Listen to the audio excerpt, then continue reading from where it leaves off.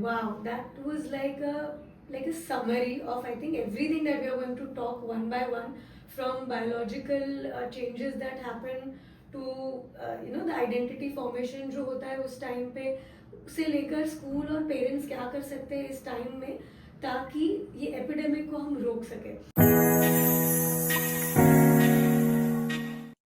Hello everyone, welcome to Inside the Therapist Room podcast from RM Mental Wellness. Today we have a special guest with us, Dr. Yatri Patel.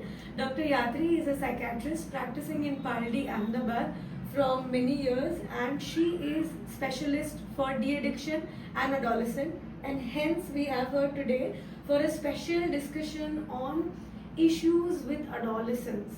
Adolescents की mental health की जब बात आती है तो क्या issues होते हैं, क्या चीज़ें ध्यान में रख सकते हैं और क्या करना चाहिए, उसको लेकर मैम आज स्पेशली हमें गाइड करेंगी.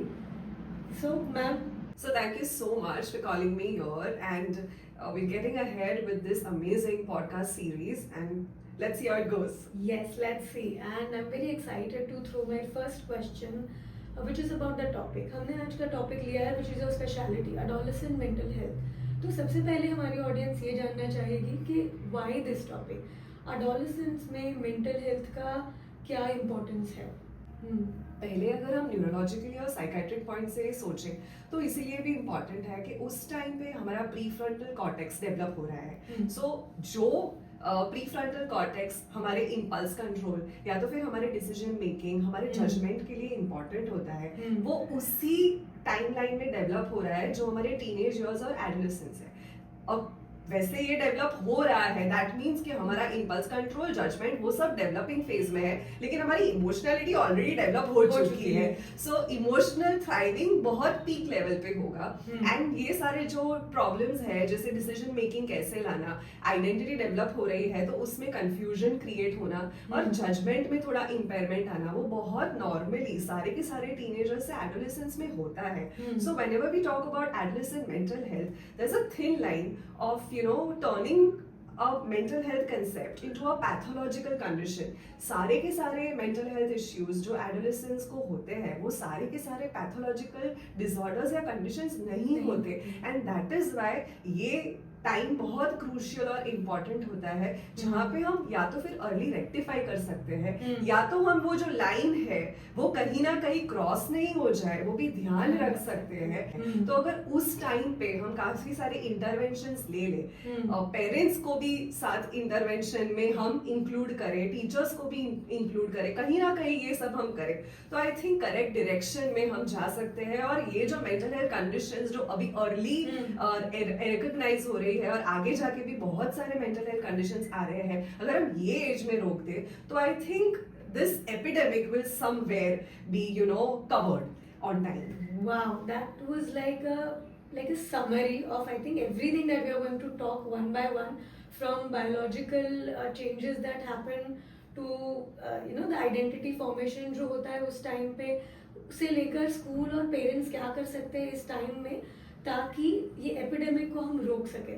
सो let's take it one by one now and let's understand all of it deeply, जो पेरेंट्स को भी हेल्प कर सके कि वो अपने टीनेजर बच्चों के साथ कैसे डील करें, टीचर्स को जो हमें सुन रहे हैं उन्हें भी हेल्प करें कि वो क्लासरूम कैसे मैनेज करें, एंड स्पेशली हमारे लव्ड वंस, हमारे टीनेजर्स को हेल्प करें कि वो अपने आप को इस टाइम पे कैसे मैनेज कर सकते हैं. सो लेट्स अंडरस्टैंड, अभी अगर हम देखें तो एडोलेसेंस में कौन से प्रॉब्लम सबसे ज़्यादा देखे जाते हैं compare to what was there 10 years back. So what I think is that 10 years back जो problems already थे, जैसे we all know that we all had academic pressure कि इतने स्कोर लाने ही चाहिए, इतने मार्क्स नहीं आए तो सम और the other way we are not following into the stereotype of being a perfect teenager child और somebody successful in future. So वैसा तो था ही पहले से. उसके अलावा काफी सारे दूसरे प्रेशर्स भी थे दैट सिंपली छोटी छोटी बात में कंपैरिजंस होना, तो वो सारी चीजें पहले भी थी, आज भी है. लेकिन what I feel is that these children and these teenagers are also facing some other issues which we never faced. First of all, वो सारी की सारी generation somewhere digitalized revolution में उनका birth है. तो because of that also they have always been exposed to screens, they have always been exposed to the social media platforms, which we never were. So we cannot say that what they are going through is something which is very meager. They are going through a lot many challenges which are pertaining to their own, you know, the identity they are right now creating somewhere. बहुत सारी चीजें ऐसी है जो social media platforms पे ही वो सीखते हैं. You know, they search on ChatGPT and then they understand the meanings and concepts of a lot many things. So all these things are there with them, and we probably try and consider it that, you know, because there is so much of digitalization and they have been somewhere privileged enough that उनको सब मिला है, and so we generally try to meager their problems and their stress. So that is the most important thing कि हमको ऐसा लगता है कि उनके लाइफ में कोई स्ट्रेस नहीं है क्योंकि वो पहले से privileged है. ऐसा बिल्कुल भी नहीं है. जो हम privilege में देख रहे हैं वो कहीं ना कहीं उनके लिए बहुत स्ट्रेसफुल है. वो एक्सटर्नल स्ट्रेसफुल फैक्टर्स है जो हम नहीं देख पा रहे हैं. Not just this bullying factors and social media problems. I also feel that the comparisons which we had, somewhere after a point we had processed it in a way that ठीक है comparisons है लेकिन मुझे पता है कि मैं क्या हूँ. Right? Now that phase, getting through that phase and coming to that point is taking time for those children because comparisons अभी social media पे भी हो रहे हैं. उनको कहीं ना कहीं वहाँ पे भी stereotypes बन रहे हैं. जो stereotypes already society ने create किए हैं वो तो है ही. उसके ऊपर स्टीरियोटाइप्स जो सोशल मीडिया ने क्रिएट किए हैं, जैसे कि यू नो आपका बॉडी इमेज ऐसे ही होना चाहिए, आपको ऐसे ही ड्रेस करना चाहिए, this is how you know things have to be. So all these things are also creating a lot of pressure. कहीं ना कहीं वो ऐसी एक कंफर्ट जोन में जा रहे हैं जो जोन नैरो डाउन होता जा रहे हैं रियलिटी और काफी सारी चीजों से. And then somewhere they feel that they are connected socially but they are probably getting lonely from people. So I feel that ये बहुत बड़ा concern है जो हम कभी भी address नहीं करते. ये privilege नहीं है. हाँ, ये और you know when you were saying this beautifully मुझे यही connect हो रहा था. Every time parents take their teenagers to us and उनका पहला statement यही होता है कि इसके पास क्या नहीं है. मेरे हम तो पेंसिल नोटबुक भी रिपीट यूज करते थे किसी की, वो which is true, उनकी struggles थी. इसको सब दिला के रखा है तो इसे किस बात का स्ट्रेस है, ये किस बात का रोता है. पर लोग ये नहीं समझते, मतलब पेरेंट्स ये नहीं समझते एज यू सेड कि it is not a privilege. वो बेचारे इन्हीं चीज़ों से दुखी है despite having so much you know online interaction. पर मैं फिर भी अकेली हूँ. कुछ ऐसे है एज यू सेड जिसे नहीं समझ में आता कि इसकी मुझ पे क्या इम्पैक्ट हो रही है. But then in this case I really want to understand ये स्ट्रेस वाला चीज़, specially for those parents who keep saying this to their child कि अभी तो दुनिया देखी कहाँ है, रियल स्ट्रेस देखा कहाँ है. तो if you can also highlight on the fact कि क्या स्ट्रेस स्पेसिफिकली इस एज ग्रुप में होते हैं. तो let me be very clear that we have to understand that stress is very much subjective. कोई काफी सारी चीजें ऐसी होती है कि जो किसी के लिए स्ट्रेसफुल है, किसी के लिए स्ट्रेसफुल नहीं है. हम सब बहुत डिफरेंट इंडिविजुअल्स हैं. एज वाइज भी ऐसी चीजें हैं कि सबका थ्रेशोल्ड टू स्ट्रेस डिफरेंट होता है. काफी लोग छोटी छोटी बात पे स्ट्रेसफुल फील करते हैं, काफी लोग छोटी छोटी बात पे स्ट्रेसफुल फील नहीं करते हैं. स्ट्रेसफुल फील नहीं करना वो कोई साइन ऑफ स्ट्रेंथ नहीं है जिसमें आप कुछ प्रूव करना चाहते हैं कि you no this person feels extremely stressful, that means ये बहुत वीक है. ऐसा बिल्कुल भी नहीं है. व्हाट आई फील इज कि सबका थ्रेशोल्ड जैसे बहुत अलग अलग है और स्ट्रेस के फैक्टर्स भी सबके लिए सब्जेक्टिव है. All of us are born and brought up in different environments, different spaces. We have seen different people. हमारे सारे experiences अलग अलग है. That means कि हमारे perspectives, हमारी choices सभी लोगों से different होने वाली है. हमारी life की journey भी सभी लोगों से different होने वाली है. लेकिन काफी सारी चीजों में जो ये होता है ना कि ये इतनी बात पे क्यों stressful feel होता है. मुझे अगर कोई कहे कि you have to wake up at 5 a.m. in the morning, it's stressful to me. So it's subjective. For some people, it is okay. They have to get up at 5 a.m. उसमें क्या है, normal चीज है, right? If somebody tells me that I have to stay awake till 3 a.m. at night, it's okay for me. I can do it, you know, because that's something which I have done so many years in my life. I've read for late nights, and this is what my normal. Sometimes my circadian rhythm also gets altered, and it's okay.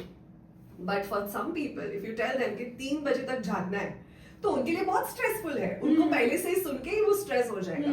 तो अगर इतनी छोटी सी बात जो हम stress में imply कर रहे हैं एग्जाम्पल देके, तो if that is subjective then you have to understand that for every kid, for every teenager, every different things can be subjectively stressful and non-stressful equally.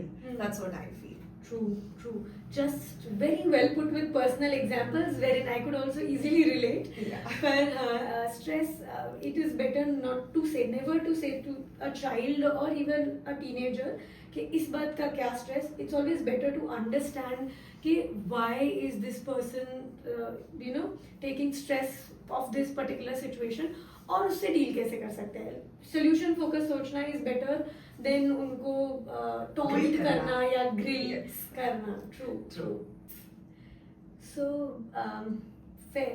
What I was thinking we can further understand, especially for the parents who are listening to us, बच्चों के और rather teenagers के parents को क्या ध्यान रखना चाहिए, मतलब क्या चीज़ें बोलनी चाहिए, नहीं बोलनी चाहिए, ताकि उनके बच्चों की जो टीनेज में है उनकी मेंटल हेल्थ बेटर रहे और नेचुरली उसकी वजह से पेरेंट्स की भी मेंटल हेल्थ बेटर रहे.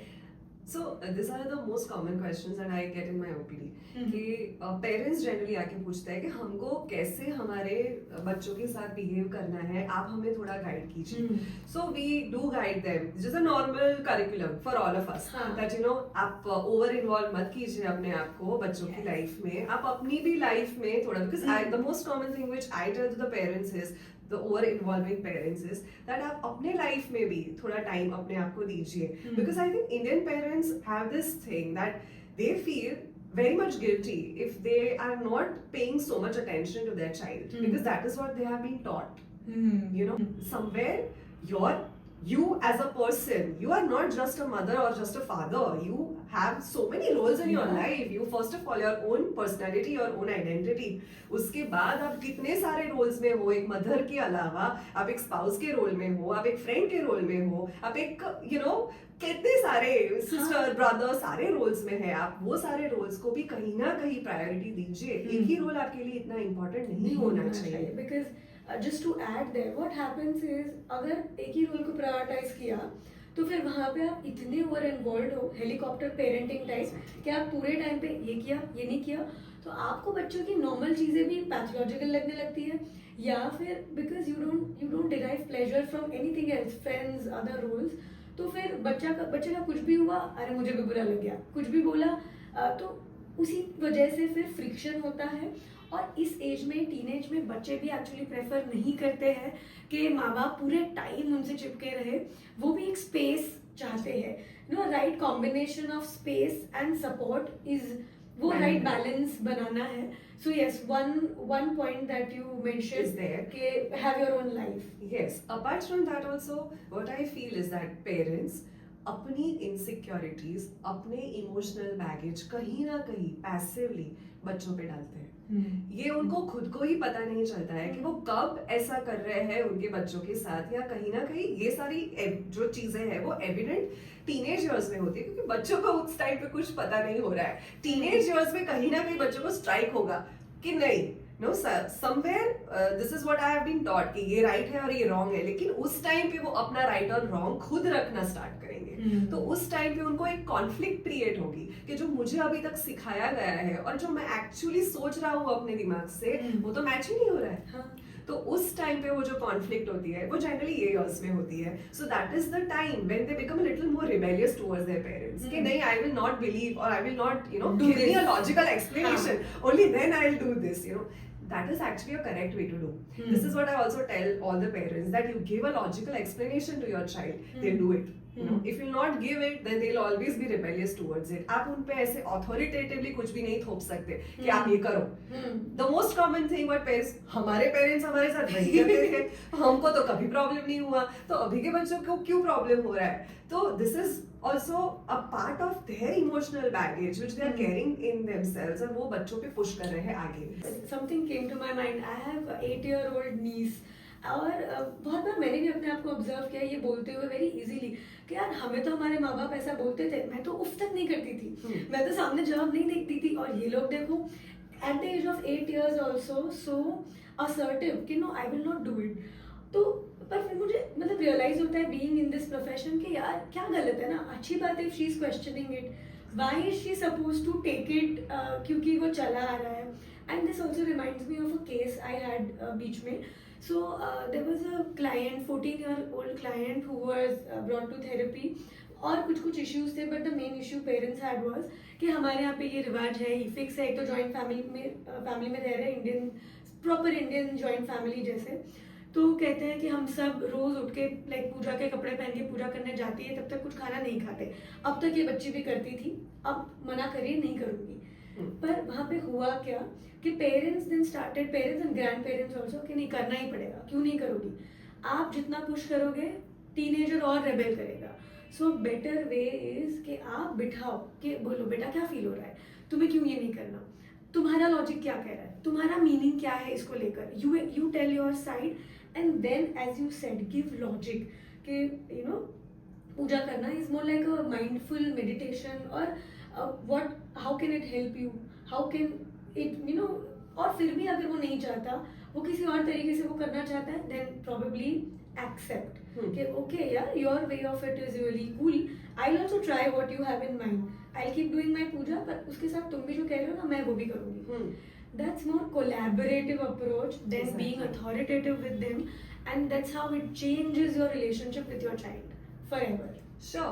And what I feel is that सब बच्चे अलग हैं, तो पेरेंट्स का अप्रोच सब बच्चों की तरफ अलग होना चाहिए. उनको ज्यादा पता है कि उनका बच्चा कैसा है. सब चीज शायद हम नहीं सिखा पाने वाले, लेकिन what I feel is about this, सब पेरेंट्स का एक कॉमन अप्रोच ऐसा तो होता ही है. जैसे I have seen that you know I was not able to do this and you know my aspirations my child will do it. काफी पेरेंट्स को इंसाइट नहीं होता, वो कॉन्स्टेंटली डिनाई करते हैं कि नहीं यू नो हम ऐसा करते ही नहीं, ऐसा होता ही नहीं. नहीं, आप एक्सेप्ट कर लो. There are so many children, so many adolescents who have just one thing, that our parents did somewhere you know have been not just authoritative, they have sometimes even been physically violent to us, sometimes have you know talked to us in an abusive tone also. It's okay, ऐसा किया, accept कर लो कि ऐसा किया.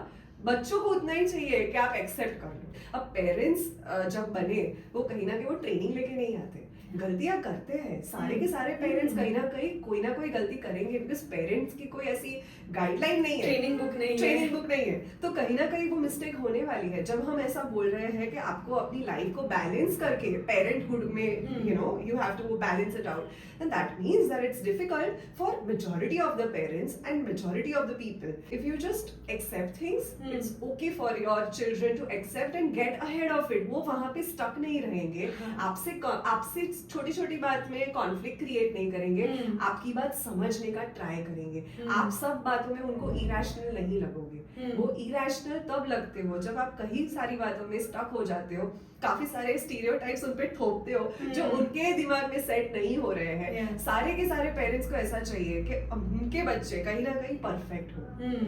पर आप बताओ perfect की क्या डेफिनेशन है? कोई है डेफिनेशन? नहीं है. तो there should be no pressure. Everybody's definition of perfect should be individual. उनको जो करना है जैसे करना है आप करने दो, अगर सही में आप अपने बच्चे का भला चाहते हो, and vice versa somewhere. You should be happy in their happiness. यही प्रॉब्लम है कि then there's a kind of parents जिनका फिर ये भी होता है, एक तो there's the single child problem these days. सब पे एक ही बच्चा है तो पूरे पागलपन से उसी को सिर्फ मतलब सब कुछ दे देना है. तो वही बच्चे फिर जब आते हैं ओपीडी में तो पेरेंट्स का फिर नेचुरली बच्चे का ये है ना कि मुझे कभी किसी के लिए चीज़ के लिए मना किया नहीं.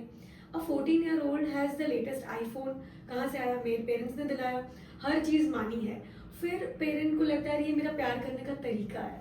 तो यहाँ पे बहुत ज़रूरी है समझना कि when you want to give something to a child और अ टीनेजर, आप एक बाउंड्री ड्रॉ करो, एक लाइन ड्रॉ करो, समझो कि आप इमोशनली क्या दे रहे हो, मटेरियलिस्टिकली क्या दे रहे हो.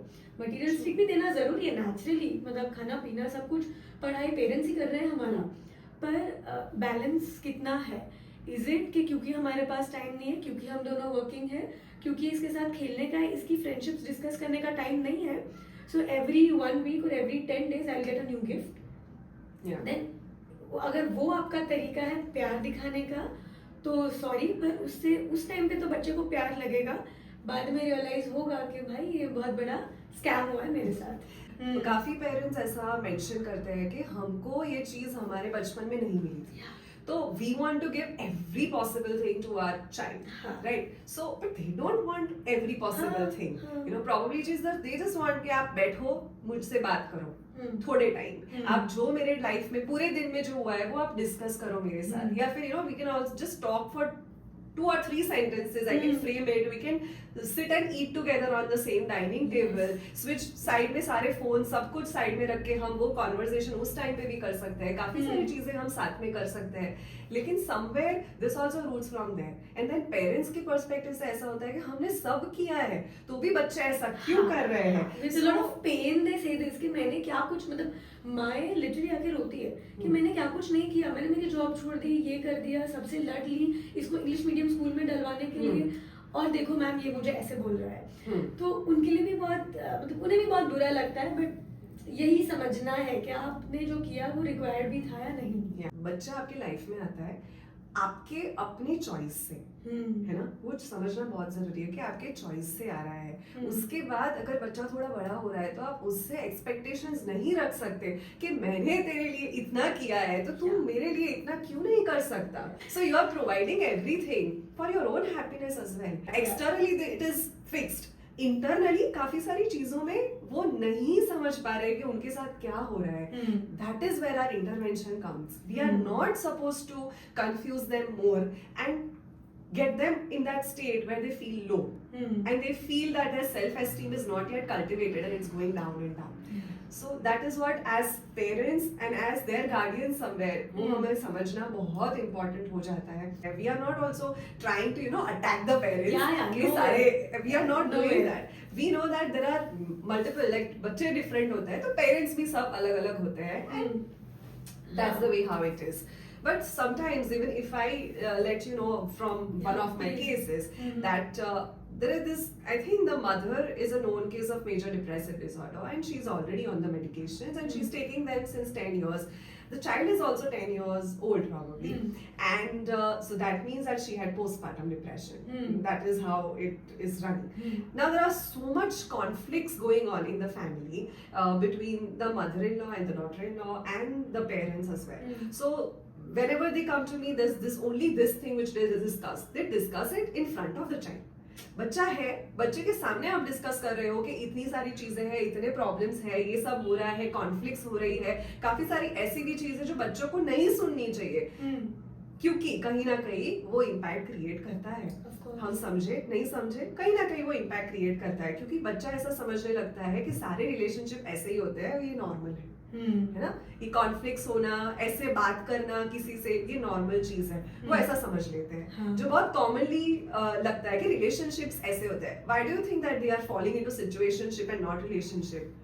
There is a reason to it, you know, because they somewhere ये जो कंसेप्ट है वो कहीं ना कहीं उनकी खुद की इनसिक्योरिटी से डेवलप हुआ है और उनको सिक्योर होना है, उसके बाद ही कमिटमेंट देना है, तो मुझे नहीं लगता उसमें कुछ गलत है। It's okay, it's their own insecurity, but what I understand from what happened in that is that parents were always in that conflict and that was happening. The child is a very simple kid, shy kid, never talks anything, you know, whenever he comes he just waves me hi and bye and then goes. After I think he was in his 10th grade, the parents again started quarreling. That was happening for a very long time. और उसके बाद वो phase था कि वो बच्चे को constant pressure दे रहे थे कि आपको इतने स्कोर क्यों नहीं आ सकते, आप समझ क्यों नहीं रहे हो, 9th तक 8th तक आपने इतना स्कोर किया, अब आप 10th में कैसे स्कोर नहीं कर सकते। So that is when they brought him to me, that you try and counsel the child, you try and explain him, if the medications are required you give the medication. So he said, for this to improve the academic performance of a child, first you have to understand why his academic performance is being hampered. मैंने उनको बोला कि ये जो आपका family dynamic है ना, अगर यहाँ पे 1 घंटे कोई एक्सटर्नल इंसान भी ये सुन रहा है तो उसको उसका पूरा दिन वही थॉट्स में जाएगा। आपको चाहिए कि आपका बच्चा हाई फंक्शनिंग कंप्यूटर के जैसे ऑपरेट करे, है ना, कि लाइफ में इतनी सारी चीजें वो देख रहा है, उसको पता चल रहा है कि इतने कॉन्फ्लिक्ट्स है उसके पेरेंट्स की लाइफ में इन जनरल इतने सारे, and still he is suppose to be a high functioning kid. Or for that, you want me to give him medications and counsel him. Why don't you think that that is required in your scenario? Exactly. So that is something which happens in many households.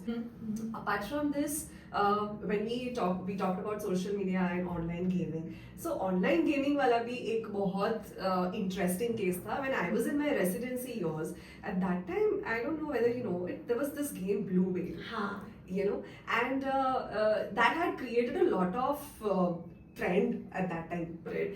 And I saw this patient in the casualty. We were called that immediately about 14-year-old या 15-year-old kid है, and he has come with his friend.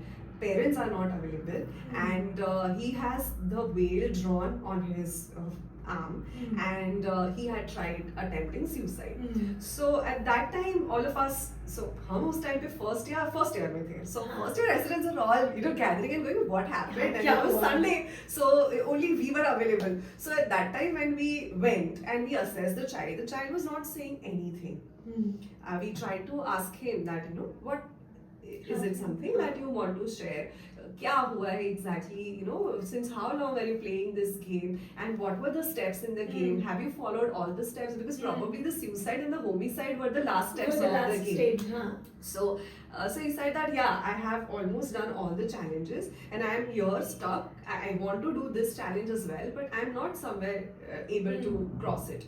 So after some time, जब वो थोड़े comfortable हो गए, क्योंकि teenagers को comfort करना और उनसे कॉन्फिडेंस गेन करना, ये कहीं ना कहीं वो कंप्लीटली ओपन हो, वो इतना इजी नहीं होता. Then he gave me the history by himself. I said, let's not talk in front of everybody. Let's just sit. And आपको जो बताना है, I'm listening to you. So then he was still not, because he was in that zone that no, I just want to kill myself. I don't want to say anything. I just want to kill myself. Like okay. Then after some time his mother came, and after 10 or 15 minutes his father also came. Then we came to know that the parents are separated and they don't have any communication. The child is staying with the mother. After some time, when I was talking to him and then he felt like opening up, he gave me history of child sexual abuse when he was in school, and some guys probably did that when he was probably 7 or 8.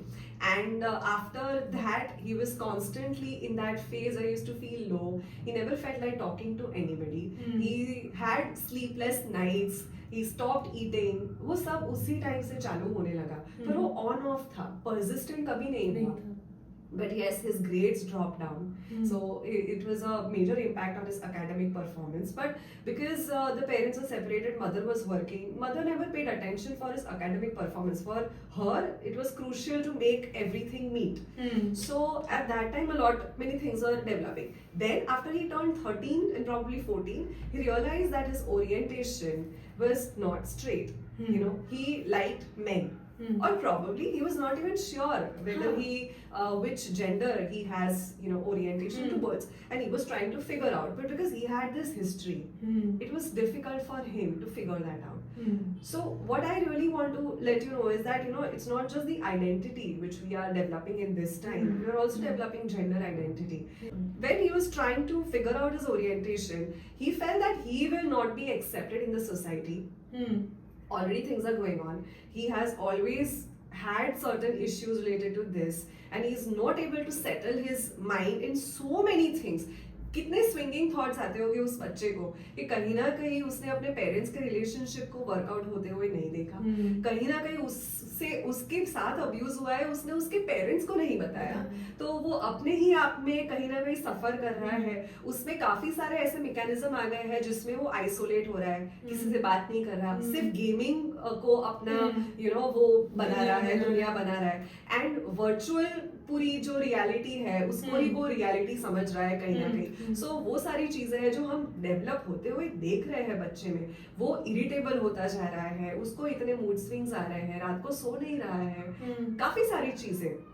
काफी सारे बच्चे ऐसे भी होते हैं कि जो एकदम एक्साइट हाइपर विजिलेंट भी हो Hmm. जाते हैं. So it was what was happening to him. Hmm. And after this, when his parents came to know, he was very that you don't tell my parents. Hmm. But there are certain histories which you have to inform the parents. parents. So then he also mentioned, I said, we'll not mention. You tell your parents. Hmm. Okay, so that is the best way. You tell your parents what has happened to you because it's important for them to know, Hmm. right?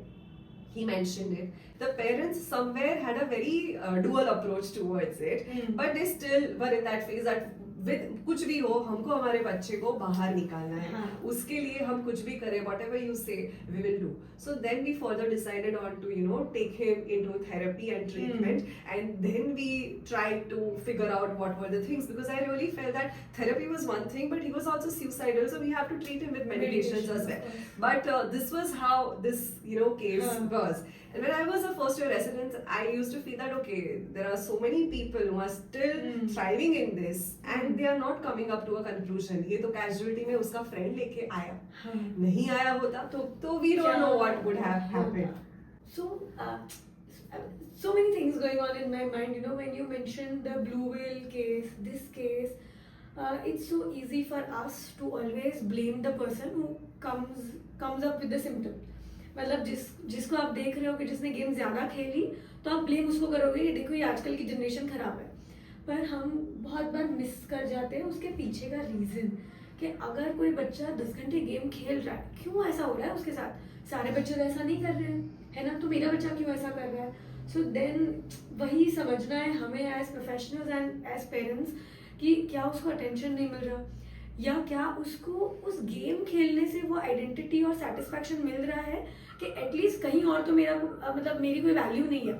यहाँ पे जब मैं level 2, level 3, level 4 crack कर रहा हूँ तो it is giving me this rush कि अरे मेरी कोई तो वैल्यू है. तो इज़ दैट द रीज़न. और सेम अगर किसी बच्चे का जैसे ग्रेड ड्रॉप हो रहा है तो मतलब भाई कि क्यों ड्रॉप हो रहा है, क्यों नहीं पढ़ सकता, करना क्या है और इस उम्र में पढ़ने के अलावा काम क्या है. और पर it is better to understand कि क्यों नहीं पढ़ रहा है ना. It's always good to know the reasons, go beyond rather than blaming the child, क्योंकि सो कॉल्ड अबनॉर्मल वो दिखता है जिसको साइकियाट्रिस्ट के पास लेकर आता है, but most of the times I feel not that person but the surrounding is somewhere not abnormal. Yeah. And hence जब हम adolescence की बात कर ही रहे हैं तो personality disorders भी adolescence के time ही develop होते हैं जो clusters में like we know all of us.